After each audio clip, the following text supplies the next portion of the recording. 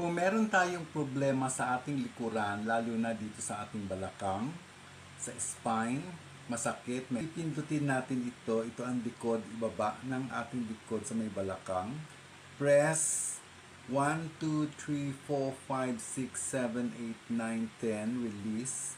Press ulit. Paikutin. 1, 2, 3, 4, 5, 6, 7, 8, 9, 10. Pabalik. 1, 2, 3, 4, 5, 6, 7, 8, 9, 10. So, gawin natin itong 5 minutes. Pagkatapos, ulitin natin ulit dito sa kanan. Dito ang balakang. Pindutin natin at steady pressure ng 10 seconds. Alis. Press uli. Paikutin ng 10 segundo. Pabalik 10 segundo.